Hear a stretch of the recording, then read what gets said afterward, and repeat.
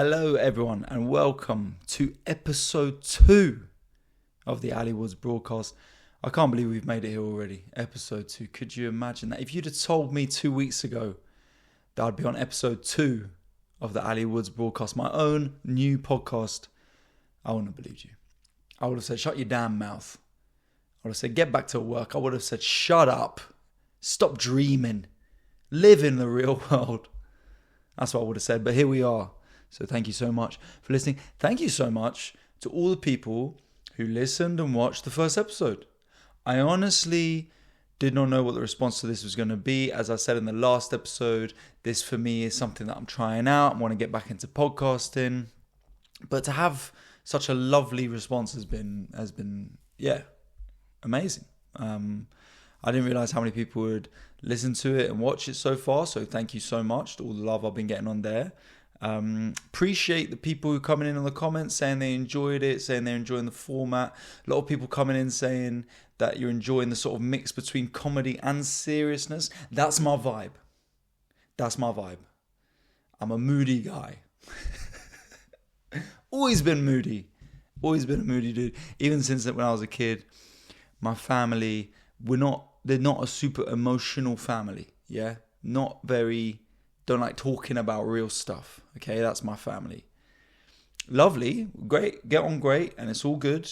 But my mum, my dad, my sister, they don't want to talk about that feeling stuff, nonsense. I always been a sensitive boy. I was terrible for it when I was a kid. I'd always cry. I was crying. So when I was a kid, we used to play Old Maid, which I don't know if you know, but it's a card game. And I was a kid, so we didn't have like the actual deck of cards. We had like a Old Maid card pack that just makes it easier because the images are really clear for kids, right? So basically, you're trying to get rid of the Old Maid. There's one card, which is this old lady, and you're just trying to get rid of her. And all you do is like pick a card from the person to your left. When you get a pair, you can put it down. You've got to get rid of all your cards. You don't want to be left with the Old Maid. That's all it is. I don't know what that teaches you. I don't know whether it just is another instance of society being like, women, you can't get old. Don't get old. You can't get old and you can't be alone. Society does not like that. Teaching this little boy, being like, don't be stuck with the old lady. Then you'll lose. Then you lose at life. Terrible. But anyway, the point is, you're supposed to have a poker face. You're supposed to just keep really relaxed. If you pick it up, you've got to not let people know you picked it up, because then they're going to be like worried about what they're going to pick from you. So you just got to be poker faced. And my family, they would all be straight faced, picking cards, okay? And I'd be like smiling because I didn't have the Old Maid. I was smiling away. What a treat this is. I'm smashing this game. Oh, pair of twos. Boom. There you go. As soon as I picked up the Old Maid from another person, I would just start bawling. I would just start crying. Straight tears streaming down my face. I was so upset. I couldn't believe I was losing. And my family, they were nice. They would look at their little son, the only boy they've ever had, crying, tears, real tears, and they would all together start laughing. They would all come together, 3 of them, my mum, my dad, my older sister, and they would just laugh because they were just like, this is so funny. This is so funny. Look at this little kid just crying away at how's he going to cope when he gets to actual life? How is he going to cope when he has real stuff going on? This guy can't even pick up an old lady card. But we get through. That is why I have become an artist, in inverted commas, and why they have all made money. That's the difference. Would I trade it? Becomes a more interesting question each year. Nah, I wouldn't trade it. Come on, man. This is all I can do. I love it so much. But thank you so much for all the positive feedback. I'm glad you liked it. I want to start talking about what you want me to talk about. Start talking about asking you asking me questions. But more importantly as well, I was thinking of opening this up a bit to talking about your life struggles, seeing if we together can get any wisdom, if I have anything that I can offer in my 30 years on this planet. I can't tell you how to win Old Maid. I'm sorry, that is out of the question. That's not happening. I can tell you how to lose Old Maid. I can tell you how to be comfortable crying in public, but I can't tell you how to win it. So I also, speaking of that sensitivity, want to shout out my mate who listens. He's a comedian as well. He used to listen to All I Do Is Fail, legend of the game. Listened to the first episode, said, "You don't seem totally happy, mate." Ugh. You know what though? He was right on that one. I am normally a very positive guy, very optimistic man, but last week I was starting to get to my wit's end. I don't know what it is, man. I don't know. I always think back to this when you have a busy life and so you just don't quite feel fulfilled. I always think back to the boiling frog analogy. You know that thing where the scientist said that a frog, if he's put in, he or her, or they, them frog, if they're chucked in boiling water, they'll hop right out. Good for them. But if they are in water, it starts boiling up, they won't realise. So that's what I feel like with my life sometimes, where I don't realise that maybe I'm actually in a bit more distress than I think. I don't know if you ever get like that. I don't know if you ever feel like that, where you're just, I feel like it's quite like ambitious, active people who are used to doing a lot of stuff. I want to socialise. I want to have my day job. I want to have my side hustle. I want to have my hobby. I want to have my passion. I want to keep up to date with culture. And you're trying to keep all this going. And I always feel like if I just fill my calendar, bang, bang, bang, bang, then I will be able to just be happy and fulfilled. That's just what's going to happen because I'm going to be doing stuff. That's what I'm excited. I mean, part of starting this podcast is another thing I get to do, another thing I get to enjoy, to work on. But sometimes I think it's good to have those breaks, reflect, have those breaks. Because, yeah, I mean, I'm not going to lie, like, I was just busy with a lot of stuff, man. I was doing like fun stuff as well, you know, like I did some more TV recording this week. Typecast again, Prince Harry.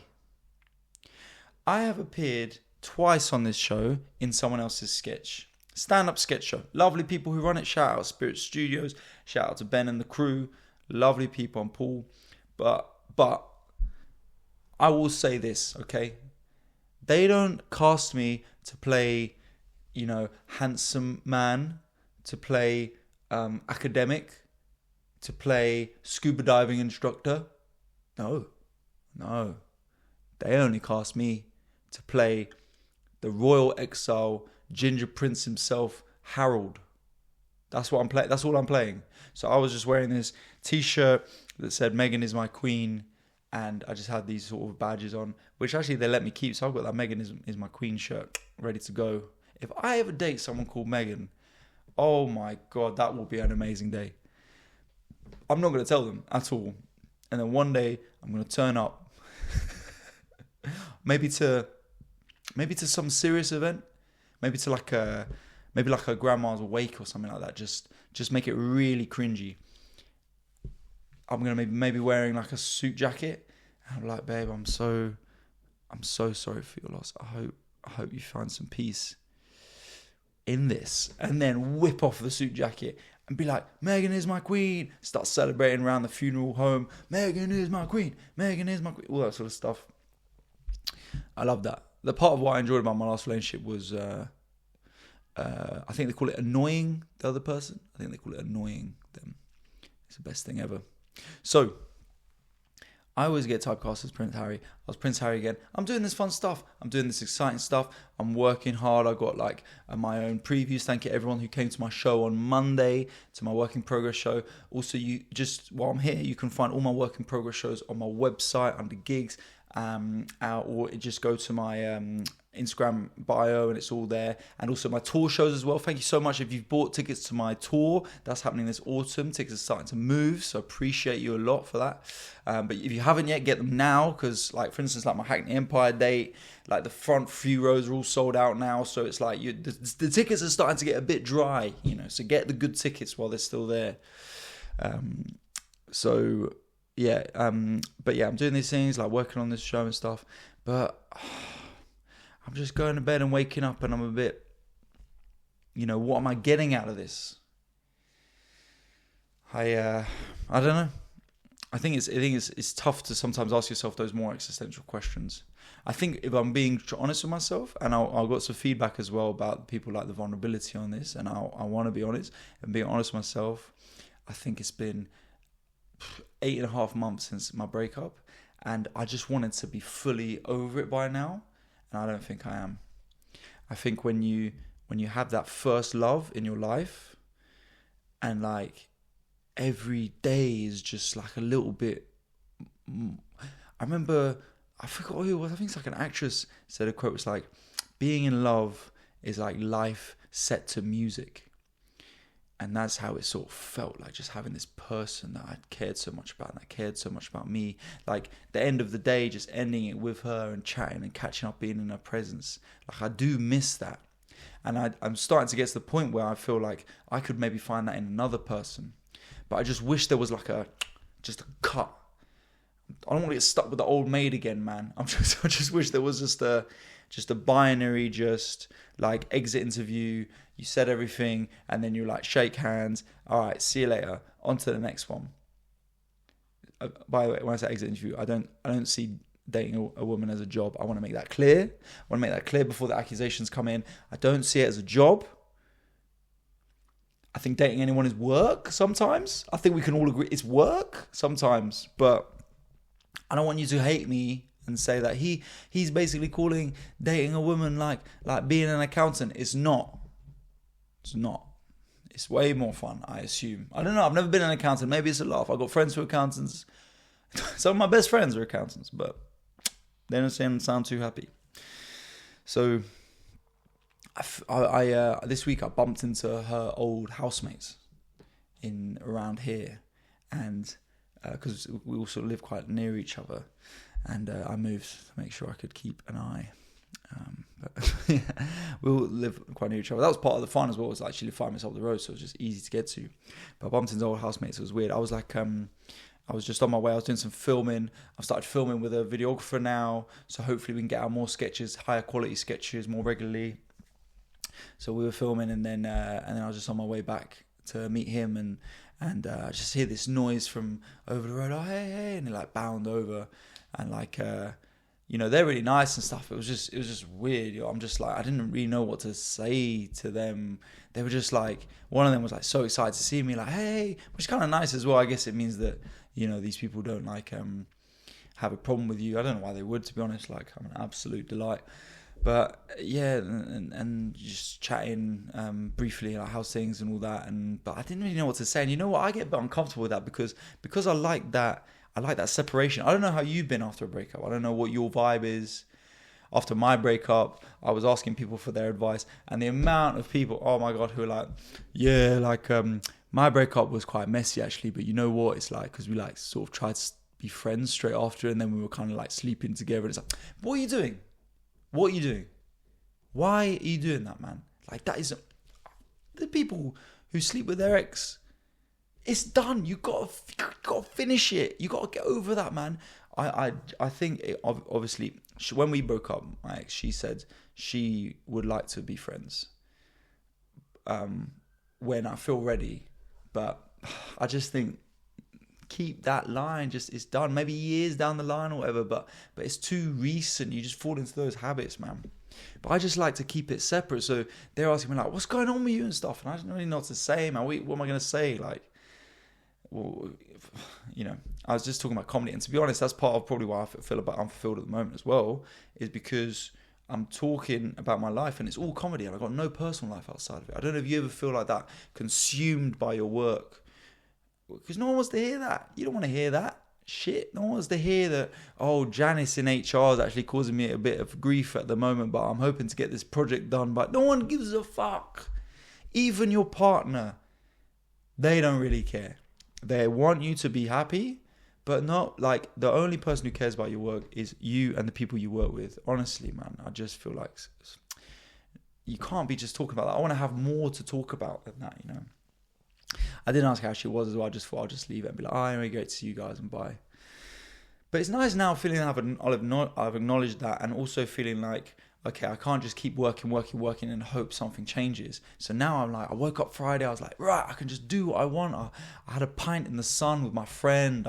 I went shopping to get some, oh my God, shopping. I'm so bad. I am so bad, man. How do people do it? How do people shop for clothes? I actually don't understand.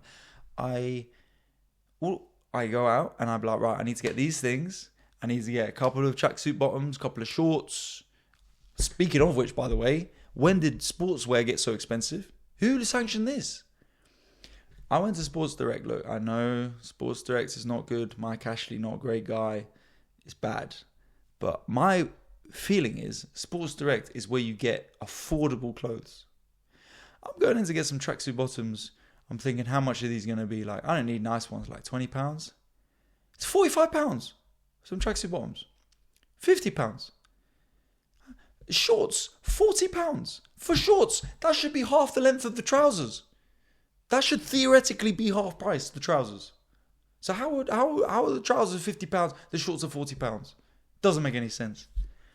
It's ridiculous. Because there's a point as well. I'm 30 now. I am buying these sports clothes. I'm not going to make it. These aren't for athletes. These are for people who are just trying not to give up. There should be a section in all sportswear where it goes from the pictures of like Kylian Mbappe and stuff going like, achieve your extreme potential, elite level, blah, blah, blah. Okay, all good. That's great. Leave that to the kids and the young teenagers. And then it should go to a section where it just says, if you just want to be comfy. That should be the section. And it should be cheap and no one should care. And that's all it should. But everything's so expensive as sports clothes. I don't get how people go shopping, man. I don't. I've got this list. I think this is going to be easy. Tracksuit bottoms, shorts. Okay, cool. I go out. Immediately as I step out of the house, I go, where the hell do I go for any of this? My ideal is if there's one shop called clothes. That's my dream. That there's just a big shop that says clothes, and then all the clothes are laid out in size order, in different colors, but there's only really one set of trousers, one set of shorts, one set of socks, and that is all there is. That's my ideal. That's why Uniqlo is so good. That's why everyone shops at Uniqlo, because it is basic stuff. I want to dress like a cartoon character. Is that such a crime? I want to open my wardrobe and there's just the same, it's just like the same outfit in different colors. That's all I want. Oh my God, I'm so terrible. So I bought these trousers and I've just put them on and they don't even fit me. I didn't even try them on. I was just like, please, this is my size. And it's not, I don't even know anymore. And now I've got to return them and I don't get how people do it. It's a struggle. But speaking of how people do stuff, I have actually been asked to discuss something on this podcast by Ginny. Thank you so much, Ginny, for messaging, letting me know. She said, hi, just listened to your podcast and looking forward to more. Ginny, stop it. What are you like? There's something I really like about that cross between comedy and serious topics like social media's effect on us. Discussed last episode. Definitely want to hear more. For another topic, it would be interesting to hear how you find the headspace and inspiration to write new sketches and content. Maybe how you minimize distractions, because I feel like our attention spans are shrinking every year. And then she said ... like to be continued. I mean, it's a bit daunting, Ginny, not gonna lie. What do you mean by that? Are you shrinking them every year? I feel like our attention spans are shrinking every year. Yeah, I'm not sure about that. I think maybe you need to pull it back a bit, Ginny. Let's say the suggestion, 1 dot, full stop. But Ginny's a good question. I mean, this is what I've been struggling with as well when I'm talking about working a lot and not really getting a lot out of it. I think when you're doing creative stuff, sometimes the breaks and the time you take away can be the most productive time. Like you let a different part of your head come into action. It's like subconscious. Like I went to the gym yesterday, not to brag. Went to the gym. Those watching on the YouTube, they'll get it. But I went to the gym and then I was thinking more about my show that I'm working on, the comedy show, than I am when like I sit down on my laptop and go to write stuff. It's just all happening in the back of your head. So I think that's where the coming up with ideas is the most important thing with that, is actually going and living some life, talking to people, finding out what people are talking about, hanging out with friends. I mean, when I had a day job, shout out Propeller, when I had a day job, I would be having loads of ideas there because I would just be hanging out with people. They'd come in, they'd talk about stuff, and I'd be like, oh yeah, this is what people are talking about. This is real life for these people. How can I reflect that in my sketches? So that's an important thing. I think you've got to live, you've got to take time to genuinely just think about stuff. And to be honest as well, I feel a bit blessed, cursed, I don't know what you want to call it, but my head is always just racing, man. Like I am always thinking 100 thoughts a minute. I don't know what other people's is like. They say, did you know this? They say that 1 in 7 people don't have a inner monologue. They don't have like thoughts read out to them in their head. Like they just do things and they just experience feelings. I can't imagine what that's like. But you know what? I can imagine what it's like because I've done it. Sometimes I gig to those people. I gig to that 1 in 7 that, you know, they are not thinking of anything. And there can be tough gigs. It depends what sort of comedy you're doing. But when you're trying to be like me, where I'm going like, yeah, and don't you feel like this when this happens, blah, blah. And they're like, what? No. And then the next act comes on and he's like, so I was down the shops and this guy was a twat. And they're like, yes. They're like, that is a twat. Oh, man. But yeah, so I think I'm always got 100 thoughts a minute. So I'm rarely like present and in the moment. I'm always like sitting at cafes and sitting with people and thinking, why did they do that? What's going on with their collar? Oh, it's funny how some people react to that by that. Oh, it's interesting. They buried that because oh, wow. It's funny how the coffee machine makes that noise, but like, why do we all accept it so long? Like that's always just what's going on in my head. Terrible listener. I don't know how you are, but when I'm listening, I've better listen if I'm doing something at the time. That's how I'm doing it. Someone's trying to tell me something important. I'm doing something, you know. I'm like, you know, someone's talking to me about how they don't feel like this relationship's working and we need to change. I get out Connect 4. I'm like, yeah, okay. I'm trying to beat myself. I just start doing Diablo, just throwing that Diablo up in the air, just so I can really focus in. And then the other side of it, the question, Ginny, there of how to be productive, how to get stuff done. I mean, I talked last time about putting my phone on airplane mode. And that is a big thing. My phone's on airplane mode right now so I can focus on this pod. But it is... At some point, I think you've just got to decide what you want to do. There's so many things in life that would be like a nice idea. You know, you talk to people and they're going, I want to do this, I'm thinking about doing that, and we just all have those thoughts. But at some point, I think you've got to really, truly ask yourself, do I actually want this? Do I actually want to start my own business? Do I want to, you know, get super fit or whatever it is, whatever your goal might be for like the next year or so? Do I want to buy a house? Do I want to like... That's what you've got to focus on. And then if you really talk to yourself and that's truly what you want, I think the work becomes easy. I really do. I think you will be passionate about what you're working on. And I'll say that to anyone. If you are feeling like you're unproductive, like you waste time, like you don't really care, you're staring at blank pieces of paper or you're scrolling through your phone, you don't realize. I think it's most often because you don't really care about what you're doing.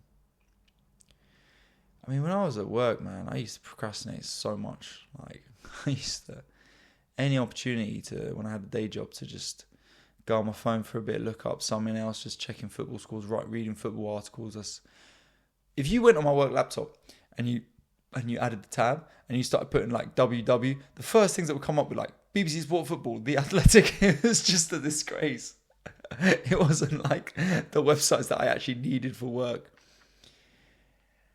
But when I'm doing comedy, it's like truly my passion, and I just feel so energized to do it, man.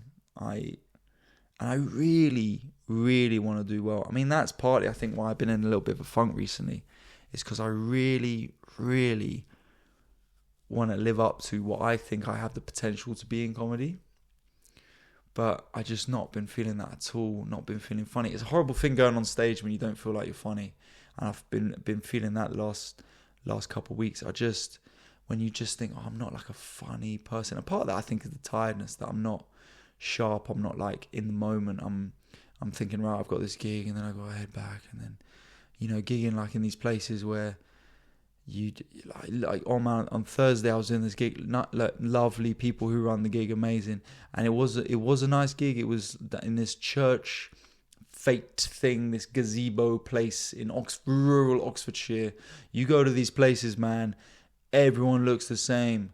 I don't know where you live, I don't know how you look, I don't know what your environment is. I'm in London. There's a lot of diversity, rightly or wrongly. There's a lot of diversity, man. It's great. You step out your door, you'll see 10 different types of people, what they're wearing, how they look, the colour of their skin, the colour of their hair. You go to this place, they all look the same, man. They all look the same. They probably think the same. And, if you don't like what you're doing, then they're just like, well, that's not really our cup of tea, son. And that's it.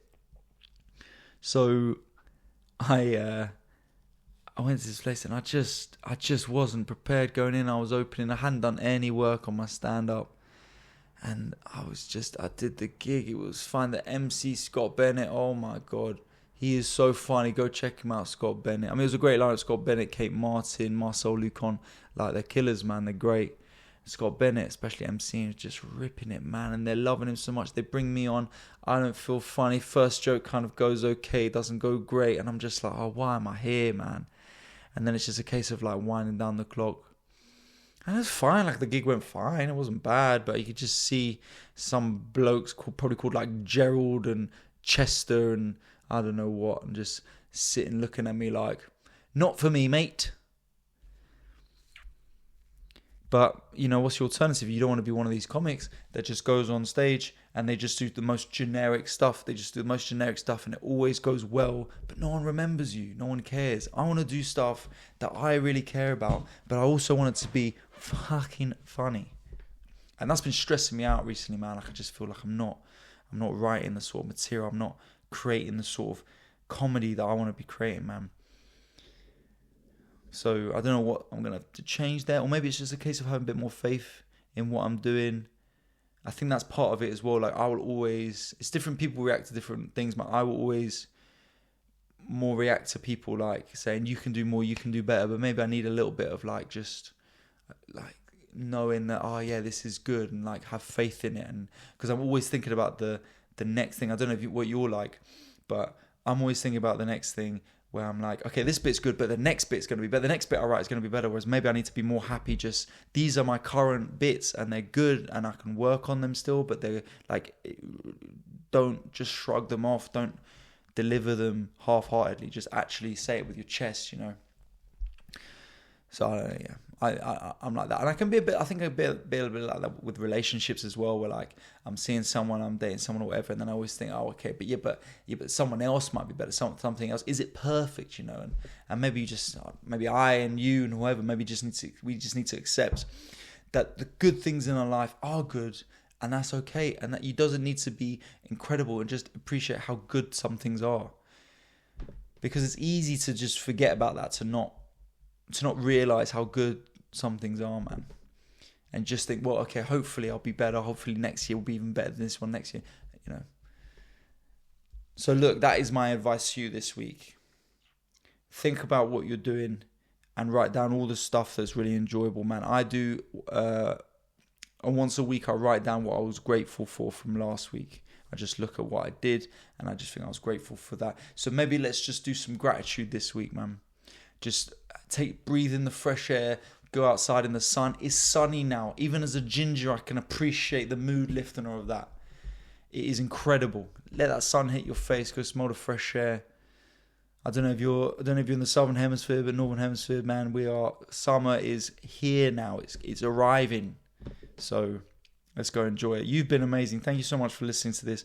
Next week, Matt, I think, come in with the comments if you want me to talk about anything specific. I didn't do it last week. I haven't done it this week, but I still want to basically create a longer episode that will be for the Patreon backers only. If you want to support me anyway, I do have a Patreon. I'll put that on the link under this as well. And also I'll put it in my bio, just because then we can get the longer episodes on there, the longer videos on there. So if you're enjoying this, we can have some extra bonus content, maybe talk more about maybe the struggles that are going on in your life, what we can do to help and solve them. And then we'll get that community building, I think. So yeah, but you can donate to my Patreon anyway if you want to, and just support if you like what I'm doing. But you guys have been the best. Look after yourself. Have a great week. You got this. Don't worry. Be grateful. Let's all try and be grateful this week for the good things going on in our life. Let's not get stressed out. Let's not overwork. Let's not try and make ourselves happy by burying our head in more work. Let's try and reflect on how good life can be, because life is good. Appreciate you. Take care. I'll see you soon.